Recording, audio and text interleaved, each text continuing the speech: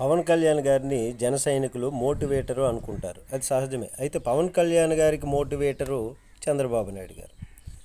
అయితే ఆయన ఏమనుకుంటారు, బలమైన శక్తిని నేను, రాష్ట్రంలో శాసించగలిగినటువంటి వ్యక్తిని నేను, ఏ పార్టీని అధికారంలోనికి తేవాలి, నిలబెట్టాలి అనేటటువంటి వ్యక్తిని నేను 2019లో చంద్రబాబు నాయుడు గారిని విమర్శించాను కాబట్టి, చంద్రబాబు నాయుడు గారిపై బలమైనటువంటి విమర్శలు చేశాను కాబట్టి జగన్మోహన్ రెడ్డి గారు అధికారంలోనికి వచ్చారు.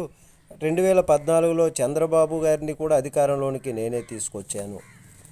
ఈసారి రాజకీయాలను శాసిస్తాము. ఈసారి అదేవిధంగా రాజకీయాల్లో ఇప్పుడు రాజ్యాధికారంలోనికి వచ్చాము, తరువాత కూడా రాజ్యాధికారంలోనికి వస్తాము, అధికారం సాధిస్తాము, అధికారంలో ఎవరుండాలన్నది డిసైడ్ చేస్తాము అంటూ తను రియలైజ్ అవుతారు. తర్వాత కన్విన్స్ అవుతారు.